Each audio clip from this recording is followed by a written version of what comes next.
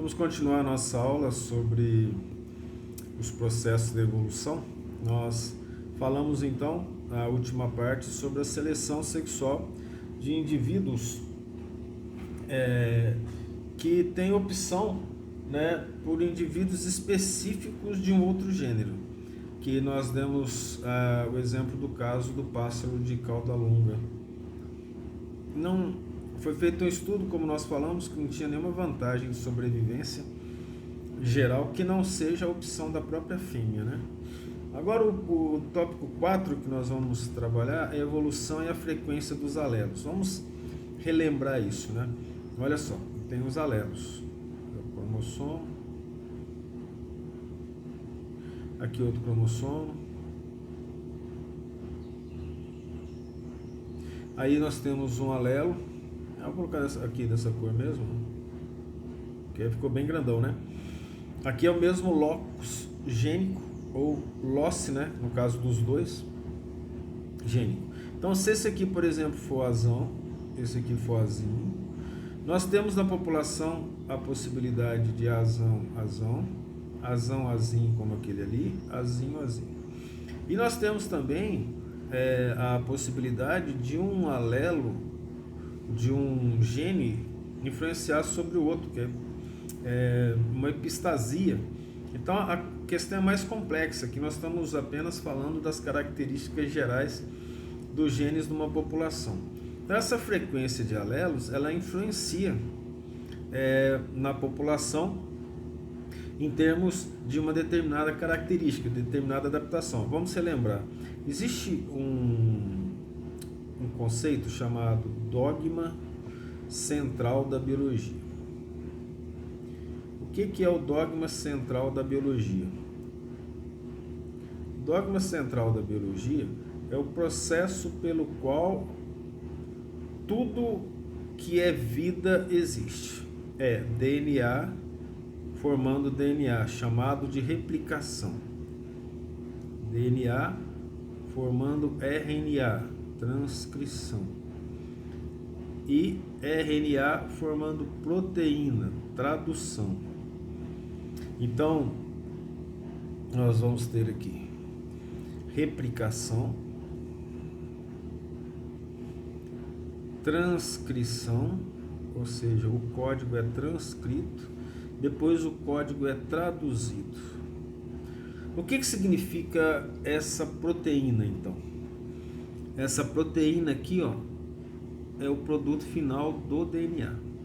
E um somatório de proteínas, um somatório de produtos gênicos determina uma característica. Essa característica depende então do DNA. E essa característica, em termos de evolução, ela pode ser mais ou menos importante. E ela vai propiciar, dependendo das condições físicas, químicas e biológicas, um processo melhor ou pior de adaptação daquela população ao ambiente. Então isso depende das características dele. Ora, quanto mais genes eu tenho para poder determinar a possibilidade de variabilidade e de adequação ao ambiente, melhor para a população. Essa é a ideia geral do que nós vamos falar agora. Então a evolução é medida pela frequência de alelos. O quanto que eles vão aparecer. E do genótipo. O que é o genótipo? Ou os genótipos? É a estrutura do DNA. O conjunto de genes do indivíduo é o genótipo. E o conjunto de genes gera características. Geram características. Esse conjunto de genes geram as características que nós chamamos de fenótipo. Só que a situação não é só assim. O fenótipo, ele é determinado pelos genes, mas, por isso nós falamos no neolamarquismo, com influências do ambiente e uma variabilidade, adaptabilidade, flexibilidade do sistema orgânico. Aconteceu um caso interessante no Congresso Mundial de genética. Apresentaram duas pessoas, uma pessoa ligeiramente obesa, ligeiramente calva, com manchas na pele, andava corcundo, e o outro, uma pessoa do lado dele assim esbelta, com cabelo, sem manchas na pele, um tipo atlético. E aí fez a pergunta lá para os geneticistas se eles tinham ou não algum parentesco, né? E a maioria disse que não tinha tamanha diferença entre eles, mas eles eram gêmeos univitelínicos separados por adoção. Um ficou na Inglaterra e foi criado por uma família que gostava muito de pub, de bebida, e eles viviam nas noitadas. E o outro foi criado por uma família bem conservadora norte-americana. E a diferença dos dois com o mesmo genótipo foi tão grande que a maioria considerou que eles não eram nem parentes. Isso mostra que o fenótipo também é adaptativo. Isso a gente não vai falar muito aqui. É algo mais complexo, mas é uma informação bem importante. Por quê? Porque essa adaptação vai determinar, por exemplo, teor de cor de pele. Uma pessoa morena, muito tempo vivendo num país frio, onde neva, não toma sol, a pele dela vai ficar clara, bem, bem clara, como a da maioria dos habitantes lá da região. Se essa mesma pessoa for para um local onde a insolação é maior, ela fica bem morena, como boa parte das outras pessoas lá. Então, o genótipo mandou a melanina. A distribuição da melanina, a quantidade dela na pele vai depender de fatores ambientais, tá? Mas, de qualquer forma, a gente mede essa evolução por um fator chamado P, que é o número de cópias que tem do alelo dividido pelo número total de cópias de todos os alelos totais. De qualquer forma, um determinado alelo, você agora já acostumou com azão, azão, azão, azinho, azinho, azinho, é o número de azão, azão, mais o número de azinho, azão, mais o número de azinho, azinho. Isso é N. Só que lembra, são duas cópias. Né? Eu tenho que multiplicar isso aqui por 2. Então, o total de alelos A, vamos chamar de gene A, é 2NA mais 1NAAzinho, porque esse Azinho aqui, ó, não posso multiplicar por 2. E o número de alelos Azinho, 2N Azinho, Azinho, mas tem que cortar o Azão, um N só de Azinho. Então a frequência é dada por esse Q, no caso da frequência do Azinho, e P pela frequência do Azão, de tal maneira que P mais Q é igual a 1, ou seja, 100%, tá? Dividido por 2N, porque é o total. Isso aqui é uma razão, né? Aqui a figura mostra o genótipo, a frequência deles e o cálculo deles. Nós não vamos entrar em detalhes em relação a isso não, tá? A como fazer essa conta não há necessidade, é preciso ter uma noção apenas das coisas. Em 1908, Hardy e Weinberg definiram o chamado equilíbrio de Hardy-Weinberg, um matemático e um físico, que é o seguinte: eles verificaram que a frequência de homozigotos dominantes é P ao quadrado, de homozigoto recessivo seria P também, mas vamos chamar de Q ao quadrado, e de heterozigoto A vezes Azinho, né, PQ. E somando tudo isso aqui dá 1. Você deve estar vendo aqui que isso aqui é um binômio de Newton, de índice 2, né? Então, ela só é aplicada para reprodução sexuada e isso aqui determina que uma população é estável para determinado grupo de alelos.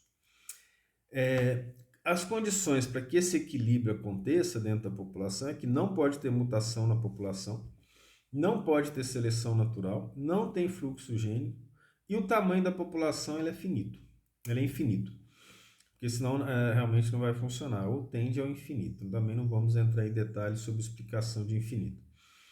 Para que serve isso, sendo que isso não acontece na natureza? Porque quando eu utilizo isso aqui, ó, o que fugir disso, eu tenho uma ideia do quanto que a população está desviada do equilíbrio de Hardy-Weinberg. Eu esqueci aqui de falar do acasalamento aleatório que nós já citamos antes lá, né? Então, para que uma população esteja em equilíbrio, tem que ter casamento aleatório, tamanho infinito da população, não pode ter fluxo gênico, não pode ter seleção natural. e não pode ter mutação. Isso não vai acontecer. Mas por que eu calculo isso para a população? Quanto mais estiver desviado desses valores aqui, ó, mais eu vou saber como que está o estado da população. Se ela está em clímax ou se ela está em desenvolvimento. Quanto mais perto de um, mais a população está em equilíbrio. A frequência dos alelos num locus tende a ser constante, no locus gênicos que nós falamos. E após o casamento aleatório, as frequências dos genótipos elas são dadas por essa equação aqui, ó, que é a equação do equilíbrio de Hardy-Weinberg. Tipos de seleção natural. Ela atua diretamente no fenótipo, você vai falar, mas por quê? Sendo que nós falamos que o conceito de evolução está associado a genes. Está aqui explicado. Genótipo, eu não consigo ver, está lá no DNA. Como que eu vejo o genótipo? Através da forma, através do fenótipo. Então nós vamos saber a diferença quando o fenótipo for modificado, né?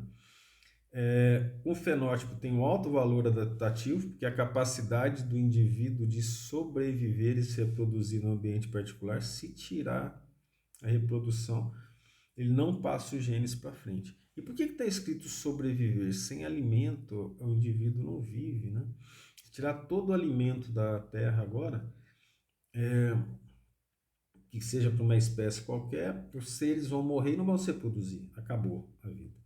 Mas digamos que tem alimento à vontade e acabou a capacidade reprodutiva. A espécie também vai morrer e a população também vai morrer, certo? Então são pontos fundamentais de sobrevivência no ambiente, capacidade de obter alimento e a capacidade de passar os seus genes. Resumindo, sobreviver e reproduzir. As características são qualitativas, ou seja, são influenciadas pelos alelos num único loco gênico. O que significa? É aquela análise de que para cada característica específica eu tenho um alelo específico. E tem as características quantitativas. Mais de um locus influencia na adaptação. Ou seja, tem mais de um gene agindo para determinadas características. Para que isso aconteça, para que a seleção seja bem feita, seja bem organizada, nós utilizamos tipos de seleção, né, para poder justificar isso. Por exemplo, a seleção natural tem seleção estabilizadora, em que se preserva as características da população. Ela é representada por esse gráfico aqui, ó. Esse aqui é um gráfico de boca de sino, que é o gráfico da chamada distribuição da média. Ou seja, não tem alelo que tende para uma característica não existir ou para a característica ser muito predominante na população.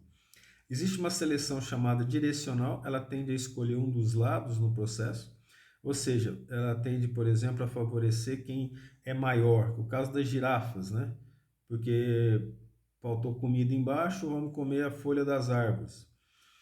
E tem outro tipo de seleção chamada disruptiva. A disruptiva ela favorece os dois lados, os extremos, mas não favorece a média da população. Então ela favorece ou um baixinho ou um altinho, por exemplo, vamos falar assim, em termos de altura, ou um leve e um pesado, mas não a média, em termos de opção por sobrevivência na população, né? Então ela varia nas duas direções. Aqui, ó, aqui representa a média, ó. Bico grosso, bico fino, bico médio. A tendência é que esse aqui sobreviva mais, mas há casos em que isso não acontece, ó. O heterozigoto tende a estar na média, o homozigoto dominante no extremo e o homozigoto recessivo no outro extremo. Isso em termos da análise que a gente vai fazer aqui do tipo de seleção. Então, são três tipos de seleção que nós vamos estudar aqui. A estabilizadora, média, direcional, que tende para um determinado ponto, e a disruptiva, que favorece os dois pontos. Então, no caso da seleção estabilizadora, como que ela acontece? Ela reduz a variação, a tendência é que a população seja estável e a média permaneça a mesma, né? Então, nós temos aqui por exemplo, o peso das crianças tende a ser dentro de uma média no ser humano. Crianças muito pesadas tendem a ter maior taxa de mortalidade, crianças muito leves ao nascer tendem a ter menor taxa de natalidade. Então, para a população humana, o peso das crianças ao nascer está associado a um tipo de seleção estabilizadora. Normalmente, a seleção natural é estabilizadora, né? E ela também é chamada de purificadora, porque ela atende aos dados médios de uma população. A seleção direcional ela favorece um extremo. Aqui tem um caso de um gado americano em que as vacas com chifre muito grande, elas predominaram sobre as que têm chifre pequeno e chifre médio, para poder proteger a prole de ataque de animais selvagens, principalmente manada de lobos. Olha o tamanho do chifre dela. Então, os filhos dessa vaca têm maior chance de sobrevivência do que os filhos de uma vaca que tem um chifre menor, por exemplo, e o lobo é capaz de morder, ela é capaz de defender, por exemplo, uma área grande em volta do filhote, e aí a tendência é que o filhote morra e ela também. E a seleção chamada disruptiva é aquela seleção que nós falamos lá que está nas laterais, né? Os extremos opostos tendem a desenvolver, mas a média permanece a mesma. Veja que a média é uma coisa interessante. Se você fizer a média de uns alunos de uma sala de peso, vamos dizer que dê 70 quilos, pode ser que ninguém esteja na média. Você tem quem tem menos, quem tem mais. Mas se eu pegar, por exemplo, vários alunos com 40 quilos, por exemplo, né? E vários alunos com 100 quilos, e somar, vai dar 140. Se eu fizer a média dividir por 2, vai dar 70. Então, não ocorre uma variação da média. Mas o que ocorre é que é uma tendência a que os extremos se adaptem mais. Aqui, ó, aves de bicos menores consomem as sementes macias com maior eficiência. Com bicos grandes, conseguem quebrar sementes duras. A que tem bico menor não consegue. As aves com bico de tamanho intermediário não conseguem consumir nenhuma das duas, então a média foi embora. Veja que aqui eu tenho, então, uma tendência de um lado, claro que do lado de bico menor, maior do que do bico maior, mas a média que seria aqui, ó, nessa região, não está sendo privilegiada. A quantidade de seres, de indivíduos desse tipo é bem pequena. Variação nas populações, né? A tendência é que aqueles alelos, aqueles genes que dão maior característica de sobrevivência são favorecidos. Então, eles tendem a aumentar na população em termos de frequência. Lembra que frequência é uma taxa, né? A frequência 1 é 100% de frequência, a frequência meio é 50% de frequência. O que nos dá informações sobre essa variação da população? Quando eu vou estudar a variação de população, quais são os dados que me interessam em relação a isso?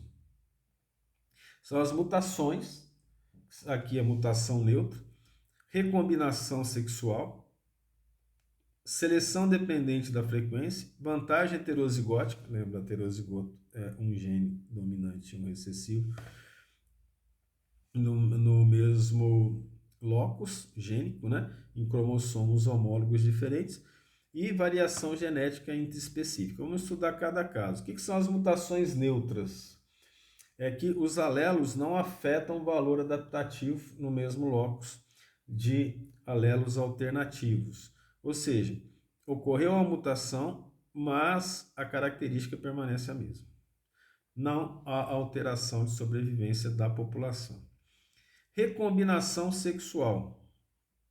A reprodução sexuada favorece a variabilidade genética. Você deve lembrar lá da meiose, do crossing over, que é a recombinação gênica. E aqui nessa figura, observa, o núcleo que deu origem aos outros 4 núcleos, ou de espermatozoide ou de ovócito, né? Como está aqui é mais para espermatozoide. Você vai perguntar por quê? É porque o ovócito só um que vai se desenvolver, né?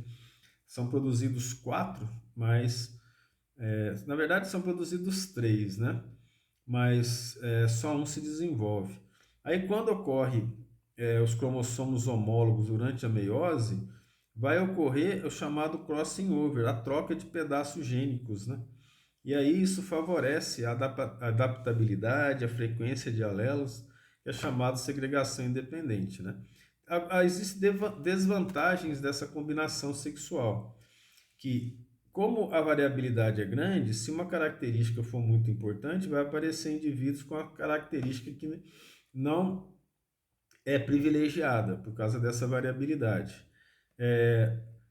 A taxa das fêmeas que transmite os genes ela é menor, porque você tem um casamento, né? O macho e a fêmea, ok? Se fosse, por exemplo, uma bactéria reprodução sexuada, você não tem macho e fêmea. Ela vai produzir um clone idêntico a ela. Então, a transmissão da informação genética vai depender só desse indivíduo aqui. Mas vamos pegar essa fêmea. Para ela transmitir uma característica dela, vai para 50%, porque a probabilidade de nascer um macho ou uma fêmea, um gênero masculino ou feminino é meio, né? E esse próprio macho e fêmea que vai ser produzido reduz a taxa reprodutiva, porque essa outra aqui, ó, produz dois também, que é normal, né? Em relação à quantidade de progênio que está lá. Aqui não, aqui vai mais para 50%, porque o macho não vai reproduzir por si mesmo. E a fêmea que nascer aqui, a taxa de reprodução dela vai ser metade, porque pode ser metade macho, metade fêmea. Em compensação, essa recombinação sexual tem algumas vantagens. O reparo do DNA ele é muito mais efetivo nos seres eucariontes com reprodução sexuada. E o DNA sempre dá problema, ele precisa ser consertado quase o tempo todo. As mutações deletérias são eliminadas. Nós contamos o caso, né, na aula 1 lá, que se uma mutação for deletéria, ela vai passar para os filhos através da reprodução assexuada das bactérias e elas vão morrer. Mas se eu tiver uma única bactéria, em 24 horas que dê certo, ela chega a produzir 1 bilhão de bactérias, com todas as condições de alimento, espaço e clima. Então, uma dá certo, a chance de sobreviver é grande, por isso cuidado no uso dos antibióticos. Não se deve dar um antibiótico de última geração ou de maior potência em determinada doença. Aconteceu um caso desse, na descoberta de uma doença que é da Helicobacter pylori, que foi descoberta no Reino Unido. O que aconteceu? Descobriram lá a bactéria no estômago da pessoa, o cara assustado, não conheciam a etiologia da doença, deram o antibiótico mais forte, a pessoa melhorou, mas algumas bactérias tiveram resistência e não tinha mais como ajudá-la, porque não respondia mais o antibiótico, né? Isso aqui é chamado de catraca de Miller, né? A catraca de Miller está associada a essa questão da morte da reprodução assexuada das mutações deletérias. E a alta combinação gênica implica em novos genótipos. E aí a chance de evoluir também tende a aumentar, mas ao longo de um tempo muito grande. Isso que é importante, né? É ao longo de um grande espaço de tempo, a população que tem as chamadas recombinação sexual tende a ter um conjunto genotípico maior, então uma chance maior de sobreviver às intempéries. Seleção dependente de frequência, né? Então tem uma seleção natural que depende da frequência da determinada característica. Uma dessas é o chamado polimorfismo. Os indivíduos da mesma espécie apresentam características diferentes. Que características diferentes, por exemplo, está aqui ó, o peixe que come escamas de outros peixes.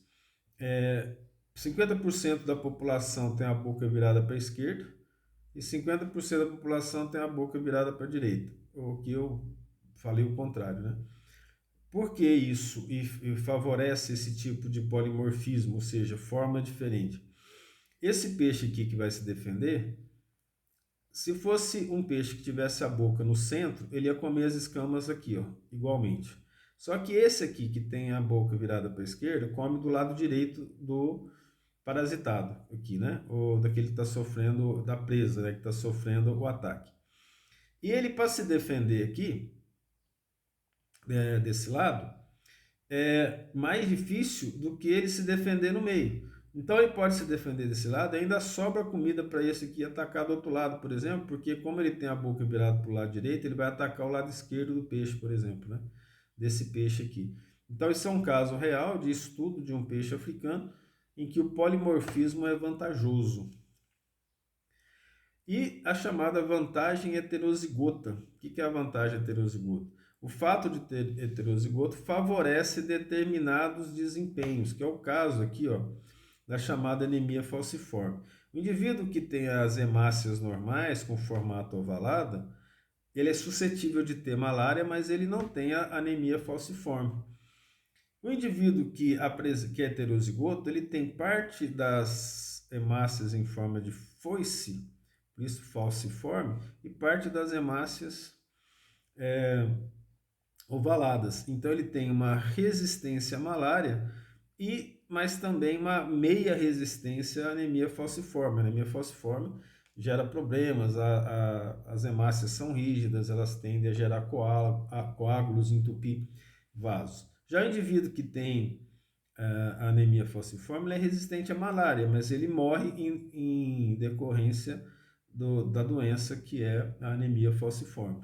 Mas a tendência é que nos locais onde tem muita malária, como por exemplo no norte do país, no Brasil, existe maior frequência, não com maior frequência do que o normal, de pessoas com anemia falciforme, ela é maior, porque o indivíduo tende a sobreviver ao ataque da malária, né? E a variação genética intraespecífica, que dependendo da distribuição geográfica da população, existem características mais ou menos predominantes. Nós falamos da cor dos olhos, mas no caso dos seres humanos, mas o próprio ser humano, ele mostra a diferença de acordo com a insolação.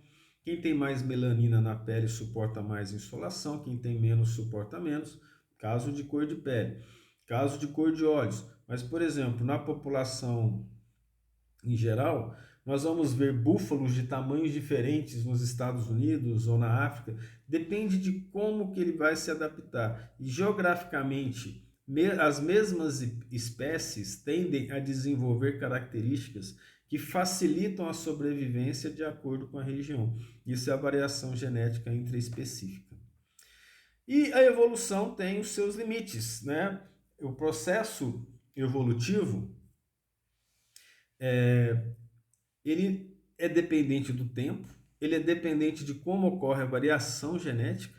Então, se faltar variação genética apropriada, a tendência da população é não chegar ao clímax, não se estabilizar em termos de quantidade de indivíduo. O tamanho das células, por exemplo, é limitado pela relação área-volume. Nós fizemos esse estudo, inclusive, uma questão de prova, né, da relação área-volume das células, que determina um tamanho específico da célula. Então, eu não posso ter célula de qualquer tamanho, existe um limite físico e químico para que isso aconteça. Então, a evolução depende de limites físicos e químicos, inclusive de temperatura. Determinadas temperaturas, determinados indivíduos não sobrevivem. O teor de, vamos dizer assim, de câncer de pele, a taxa de câncer de pele em indivíduos de pele clara com pouca melanina em regiões de alta insolação é muito alta. Então, a adaptação ela é limitada por determinados fatores, né? Ainda mais para o ser humano que pode viajar ao globo, pode ir para a Lua, querendo ir para Marte, ficar no fundo do mar. E a evolução ela depende das modificações de estruturas já existentes, que está escrito aqui, ó. Depois eu mando o slide, mas vai estar certinho no slide que eu vou mandar. O que é isso? Não tem como criar um ser do nada. Sempre depende do ancestral primitivo. Então as modificações dependem do que já existe. Ela age sobre o que já existe. Ela não age sobre uma estrutura nova, que aí seria até bastante complicado. E tudo depende da compensação. De uma determinada característica só vai existir se o custo-benefício dela for alto. Essa é a compensação. Se uma determinada característica for muito importante para a população, mas para isso ela perde outras características de sobrevivência, não compensa, tá? Então nós ficamos aqui na aula de hoje, que é a aula de processos evolutivos 2, e até a próxima aula de especiação.